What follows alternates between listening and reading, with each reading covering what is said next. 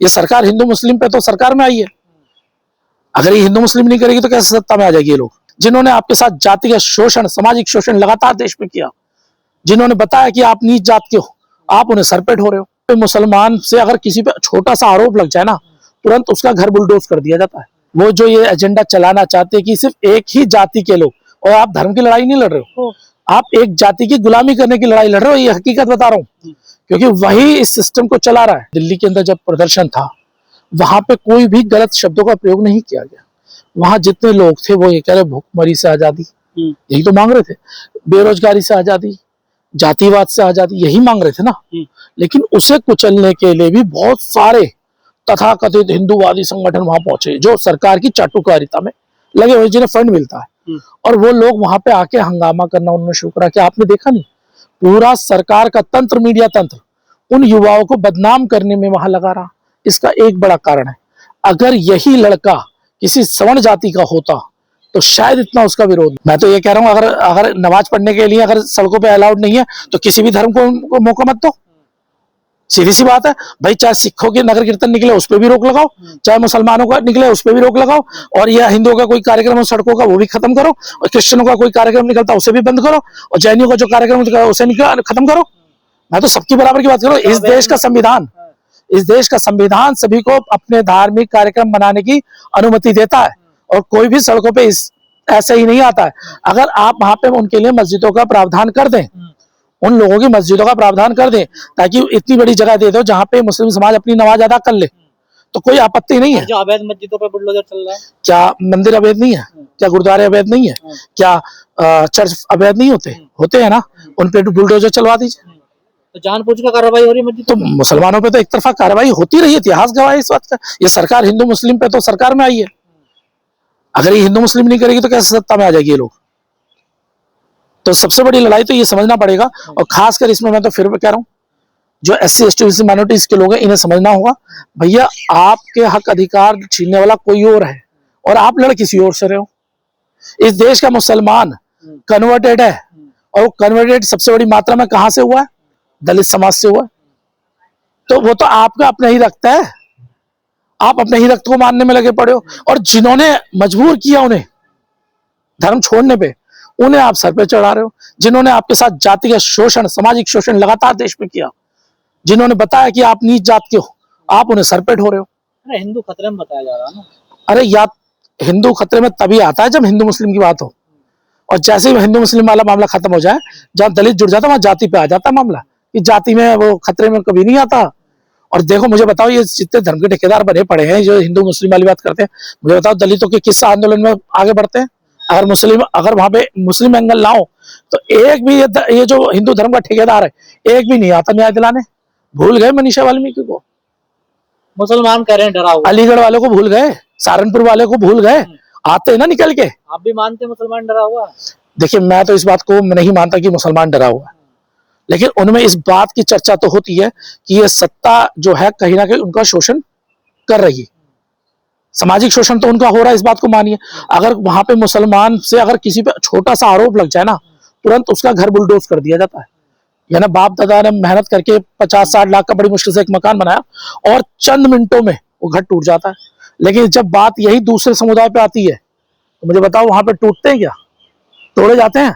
नहीं तोड़े जाते। जब वो ये कहते हैं नमाज नहीं होनी चाहिए सड़क पे, तो मैं कहूँ देखो, वहां पे सड़कों पे सिखों के भी प्रोग्राम होते हैं, जिस समाज में मैं आता हूँ सिखों में, मुसलमानों के भी प्रोग्राम होते हैं, और हिंदुओं के भी प्रोग्राम होते हैं, क्रिश्चियंस के भी होते हैं, जैनिस के भी होते हैं। सीधी सी बात है, सभी की होता है, क्योंकि ये देश भारत है, कोई एक धर्म का नहीं देश है। ये तमाम कई धर्म को मिलाकर ये देश बना है, कई धर्मों का देश है। तो उसमें जब सड़कों पे आप लोग रोकते हैं, तो ये दिखाते हैं कि जो मनुवादी फांसीवादी ताकतें हैं, वो जो ये एजेंडा चलाना चाहते हैं कि सिर्फ एक ही जाति के लोग, और आप धर्म की लड़ाई नहीं लड़ रहे हो, आप एक जाति की गुलामी करने की लड़ाई लड़ रहे हो, ये हकीकत बता रहा हूँ, क्योंकि वही इस सिस्टम को चला रहा है। अगर आपको बात करी जाए, जो वर्ण व्यवस्था है, वर्ण व्यवस्था में शूद्रों में आते हैं, भूल गए ये लोग। देखिए, ये दुर्भाग्य है देश का, जब भी कोई युवा अपने उस युवाओं की आवाज को उठाता है या अपने समाज की आवाज को उठाता है, तो वहां पे ऐसी फांसीवादी ताकतें जो होती है उन पे हमला कराती है। इतिहास गवाह रहा है, जब बाबा साहब ने आंदोलन किया तो उन पे भी हमला हुआ, ज्योतिबा फुले ने जब आंदोलन चलाया तब उन पे भी हमला हुआ। भगत सिंह ने अपना आंदोलन चलाया तो उस समय भी हमला हुआ। काशीराम साहब ने अपना आंदोलन चलाया तब भी उन पे हमला हुआ। तो इतिहास में दर्ज है, जब भी आप सरकार के खिलाफ खड़े होगे और सरकार की गलत नीतियों के खिलाफ आप लोग खड़े होगे तो सरकार के जो नुमाइंदे हैं, उनके जो चेले चपाटे, वो आप पे हमला करेंगे। और इसमें एक सवाल और है, क्योंकि ये सवाल बनता है कि क्या ये थप्पड़ अभिजीत दीपके को पड़ा? ये एक बहुत बड़ा सवाल है, क्योंकि अभिजीत दीपके जो था वो युवाओं की आवाज को बुलंद कर रहा था। सवाल ये नहीं कि वो किस पॉलिटिकल पार्टी से आया है, क्या बनी है, क्या नहीं बनी, क्योंकि अभी तो वो रजिस्टर्ड भी नहीं हुई है, लेकिन वो किस मुद्दे को लेकर आया था? जो युवाओं के जो पेपर लीक हो रहे हैं, वो सिस्टम खत्म होना चाहिए, युवाओं का जो फ्यूचर जो खराब हो रहा है वो खत्म होना चाहिए, उसको लेकर आया था। तो उस पर हमला हुआ, नंबर एक बात। तो ये गाल पे जो तमाचा था वो सिर्फ दीपके के गाल पे नहीं पड़ा, ये उन युवाओं के गाल पे भी तमाचा पड़ा जो लोग ये चाह रहे हैं कि सिस्टम बदलना चाहिए।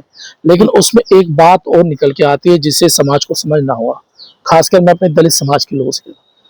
याद होगा जब अभिजीत दीपके ने जब कांग्रेस जनता पार्टी का ऑफिशियल नॉर्मली ट्विटर हैंडल और इंस्टाग्राम अकाउंट बनाया था, तब उसमें कितनी संख्या बल के साथ लोग जुड़े आपने देखा।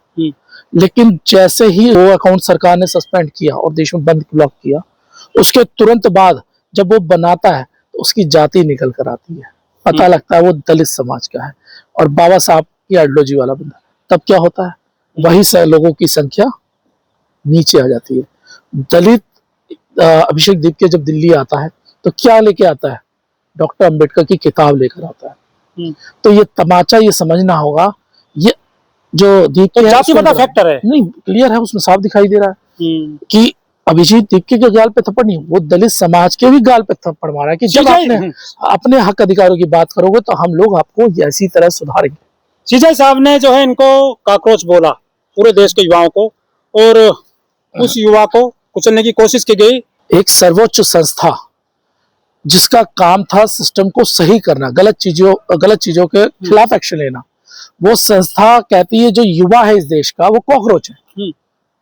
ये बड़ा दुखी करने वाली बात है कि क्या सरकार तो चलो पहले से ही ऐसी ताकतें थी जो सत्ता में बैठी हुई थी, जो युवाओं के विरोधी है, इस देश के खिलाफ है, लेकिन क्या न्यायपालिका जिस पर एक सबसे बड़ा हमारे देश को विश्वास होता है, क्या वहां बैठा हुआ मेन मुखिया चीफ जस्टिस, क्या उसका ये जजमेंट यानी उसका ये वक्तव्य क्या युवाओं के हौसलों को तोड़ता नहीं है? और जब वो युवा आते हैं सड़कों पे तो उस पर हमला होता है। अभी आपने देखा दिल्ली के अंदर जब प्रदर्शन था, वहां पे कोई भी गलत शब्दों का प्रयोग नहीं किया गया। वहां जितने लोग थे वो ये कह रहे भूखमरी से आजादी, यही तो मांग रहे थे, बेरोजगारी से आजादी, जातिवाद से आजादी, यही मांग रहे थे ना। लेकिन उसे कुचलने के लिए भी बहुत सारे तथाकथित हिंदूवादी संगठन वहां पहुंचे जो सरकार की चाटुकारिता में लगे हुए, जिन्हें फंड मिलता है, और वो लोग वहां पे आके हंगामा करना उन्होंने शुरू करा। कि आपने देखा नहीं, पूरा सरकार का तंत्र, मीडिया तंत्र उन युवाओं को बदनाम करने में वहां लगा रहा। इसका एक बड़ा कारण है, अगर यही लड़का किसी सवर्ण जाति का होता तो शायद इतना उसका विरोध। आखिर ये कौन लोग हैं जो हमला करते हैं हमेशा और ऐसे आंदोलनों को कुचलने की कोशिश की जाती है? देखिए बाबा साहब, इस पे मैं बाबा साहब की टिप्पणी के साथ कहूंगा, शिक्षा में शेरनी का दूध है, जो पिएगा वो दहाड़ेगा। आज ये जेएनयू वगैरह यूनिवर्सिटी वगैरह में जो बच्चे हैं जो आते हैं अपने हक अधिकारों के लिए सड़कों पे आते हैं, तो उनकी कोई सरकार से पैसा नहीं मांग रहे, वो अपने हक अधिकार मांग रहे। कह रहे आप फ्री, आप एग्जाम तो सही तरह करा दो ताकि हम नौकरी के लिए अप्लाई कर पाए, यही तो है। या हम कोई अगर मेडिकल में हम जाना चाहते हैं, किसी सिस्टम के अंदर जाना चाहते हैं, तो उसका एग्जाम सही तरह करा लो, उसके अलावा तो वो लोग नहीं मांग रहे।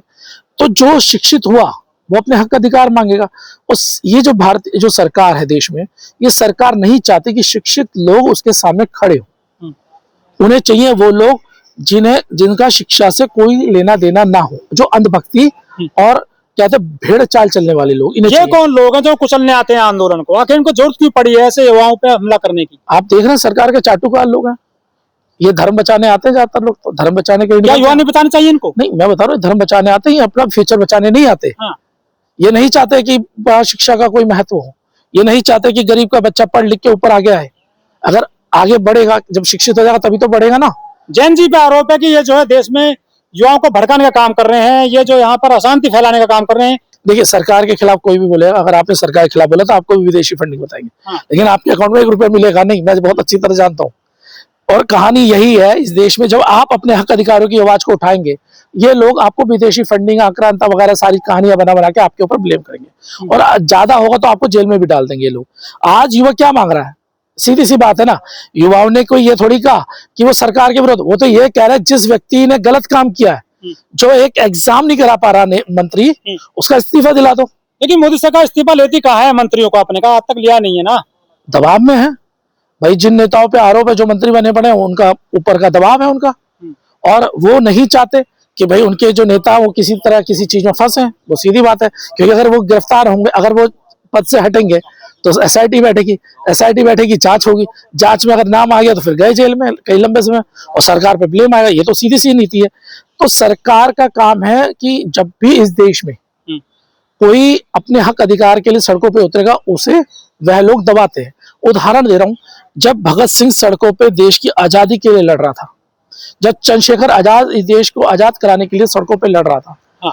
तब इसी तरह अंग्रेजों की फांसीवादी जो सरकार थी उस समय की, जो सरकारें थी, उन्होंने क्या करा, उन युवाओं के ऊपर केस दर्ज कर उन्हें मारा गया, उनके ऊपर ऐसे ऐसे केस लगा दिए कि आजीवन वो कारावास में रहे। यही हुआ ना, और इतिहास गवाह है। जब हमारे महापुरुषों ने ये चीजें झेली हैं, तो आज का युवा अगर ये झेल रहा है, तो मुझे लगता है कि वो उन लोगों की तुलना जैन जी वगैरह तो मैं नहीं मानता, लेकिन उन योद्धाओं की तरह करनी चाहिए, जिस तरह हमारे भगत सिंह हैं, जिस तरह हमारे सरदार उधम सिंह जी हैं, जिस तरह हमारे बहुत सारे क्रांतिकारी जो लोग थे जिन्होंने इस देश की आजादी में अपनी शहादत दी, उन लोगों के साथ इनकी तुलना करनी चाहिए। तो ये जो बाबा साहब की बात करता है या जो अम्बेडकरवाद की बात करता है, हमेशा वो निशाने पर क्यों होते हैं, चाहे कन्हैया हो? देखिए, ये जो सरकार है, ये एक ही चीज से डरती है। एक तरफ हम बात करते हैं मनुवाद की, और दूसरी बात अम्बेडकरवाद। ये लोग अम्बेडकरवाद से बहुत ज्यादा डरते हैं, खौफ खाते हैं। उन्हें पता है कि अगर अम्बेडकरवादी विचारधारा देश में आ जाएगी तो इनकी सत्ता हिल जाएगी। तो क्या मनुवादी हमलावर? मैं सीधी बात कर रहा हूँ, जिनकी मानसिकता मनुवादी है वो लोग हैं हमलावर। सीधी सी बात है, क्या उसमें क्या अंतर? लेकिन एक तो ओबीसी है, जो गुर्जर है, जो ओबीसी में आता है। आज भी ओबीसी समाज में बहुत सारे लोगों को अपने धर्म के, अपनी जाति के, अपने बारे में पता ही नहीं, उनके हक अधिकारों के लिए पता ही नहीं है। क्या ये गवाह सच्चाई नहीं है? आज ओबीसी बड़ी मात्रा में वापस अम्बेडकरवादी विचारधारा में जुड़ा है, लेकिन एक बहुत बड़ा तबका है जो ठेकेदारी लेके बैठा हुआ आज भी, धार्मिक ठेकेदारी है। और उनका मानना यह है कि ये जो सरकार है, ये सरकार जो है वो उनके धर्म की सरकार है, तो उसे बचाने के लिए कुछ भी करना पड़े। गुलामी करते ही गुलाम लोग हैं। लेकिन ये जो गुर्जर हैं, जो हमलावर हैं, इन्हें इनके बच्चों के भविष्य से कोई मतलब नहीं है। संघ में जाते हैं, बता रहा हूँ, ये लोग इन्हें ये नहीं पता कि इनके बच्चों को धर्म से नौकरी नहीं मिलेगी, इन्हें शिक्षा से नौकरी मिलेगी। जब वो बच्चे पढ़ लिख के आ गए तब इन्हें रोजगार मिलेगा, इनका परिवार की स्थिति तब सही होगी। इस देश का संविधान है जो इनको सही तरह पावर दे रहा है, लेकिन इन्हें ये लगता है कि नहीं, हमें जो कुछ मिल रहा है वो धर्म से मिल रहा है। इन लोगों की मानसिकता, मैं धर्म के विरोधी नहीं हूँ, लेकिन हकीकत यह है कि इन लोगों की मानसिकता इतनी बन चुकी है कि जब भी आप अपने हक अधिकारों की बात करेंगे, ये लोग नहीं आएंगे। ये भूल जाते हैं, जब मंडल की बात आई थी तो कितने लोगों को मार दिया गया था इसी ओबीसी समाज के। जब हम ये कहते गुज्जर आंदोलन सड़कों पे था, क्यों था? वो अपने हक अधिकारी तो मांग रहा था, उन्हें गोलियों से इन्हें अपने पिताजी का इतिहास नहीं पता है, इन्हें अपने परदादाओं का नहीं पता है, लेकिन इन्हें यह पता है कि यहाँ पे ये मस्जिद बनी, उसका उन्हें पता है इस मस्जिद के अंदर ये निकलेगा, इन्हें ये पता है। लेकिन इन्हें अपने पिताजी का इतिहास अभी तक नहीं पता है कि गुज्जर समाज ने कितना जातिवाद झेला है इस देश में, और आज भी उनके हक अधिकारों पे कोई और बैठे हुए हैं। जो इन्हें मिलना चाहिए था वो कोई और लोग लेकर बैठे हुए हैं, इन्हें उनके अधिकार नहीं मिल रहे। तो राकेश गुर्जर जैसे जो लोग हैं, ये युवा हैं, क्या इन्होंने अपना इतिहास नहीं पढ़ा? क्या इन्होंने जो है अपनी स्थिति नहीं देखी है इतिहास में? देखिए, अगर पढ़ा होता तो ऐसी हरकत नहीं करते, अगर इन्हें अपना इतिहास पता होता तो इन्हें नहीं करते। ऐसे में सिर्फ इतना हो सकता है कि इनके जो बुजुर्ग हैं, जो क्योंकि इधर की साइड खाप पंचायतें चलती हैं, हम बात करें हरियाणा राजस्थान, इन खाप पंचायतों को अपने लड़कों को समझाना चाहिए। अपने आरक्षण के लिए सड़कों पर लड़ रहे थे तो यही लोग थे जिन्होंने हम पे गोलियां चलवाई, ये सरकार के नुमाइंदे, और उन्हीं की गोद में बैठ के अपने ही लोगों को मार रहे हो। 2018 में भी यही लोग थे जो हमलावर। मैं बता तो रहा हूँ, तो इन चीजों पे काम होना चाहिए। और इसीलिए मैं बार बार आपसे कह रहा हूँ कि ये जो खाप पंचायत है, इन्हें समझाना पड़ेगा अपने इन बच्चों को जो भटक रहे हैं अपने मिशन से, जिन्हें समझाना था कि आप रोजगार की तरफ जाओ, आप शिक्षा की तरफ जाओ,